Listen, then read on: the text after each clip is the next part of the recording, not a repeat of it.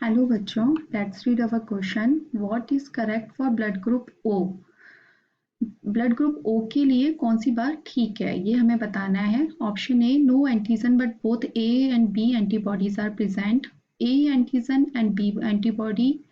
C, A antigen and antibody both absent. D, A and B antigens and A B antibodies. तो हमें देखना है कि इनमें से ऑप्शन कौन सा ठीक है. तो हमारा जो की कंसेप्ट है इसका आंसर का है वो है आपका blood group.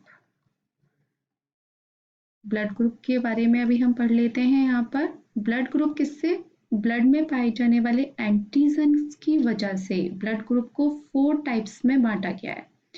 First A group, okay. Second B group, third A B group, fourth is O group. Okay. इस एंटीजन की वजह से जो इनके ब्लड में मिलते हैं उनकी वजह से इनको 4 टाइप्स में बांटा गया है. अब हम एक ये डायग्राम देखते हैं, ये चार्ट देखते हैं. इसमें ग्रुप ए, ये रेड ब्लड सेल्स हैं, टाइप हैं. ये ग्रुप ए में आपका जो है ए एंटीजन मिलेगा, लेकिन जो एंटीबॉडीज होंगी वो कौन सी होंगी, बी होंगी. ग्रुप बी में क्या होगा कि एंटीजन बी होगा, इसकी वजह से इसको ब्लड ग्रुप बी बोला जाता है. और लेकिन एंटीबॉडी किसके लिए बनाएगा, ये ए के लिए बनाएगा. इसलिए जब एंटीबॉडी ए है इसमें तो हम इसलिए ए का हम इसमें ब्लड नहीं चढ़ा सकते, बी वाले को हम सिर्फ बी का ब्लड चढ़ा सकते हैं. अब आता है ग्रुप ए बी में दोनों ही एंटीजन मिलते हैं, इसलिए और इसकी जो एंटीबॉडी होती है इसमें कोई भी एंटीबॉडी नहीं होती है, इसलिए इसको बोला जाता है यूनिवर्सल एक्सेप्टर. ओके.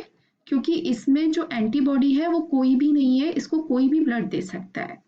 अब ब्लड ग्रुप ओ में क्या होता है कि इसमें कोई भी एंटीजन नहीं होता है, ठीक है, नन, कोई भी एंटीजन नहीं होता, लेकिन एंटीबॉडी जो होती है ए की भी होती है और बी की भी होती है, इसलिए इसको बोला जाता है यूनिवर्सल डोनर.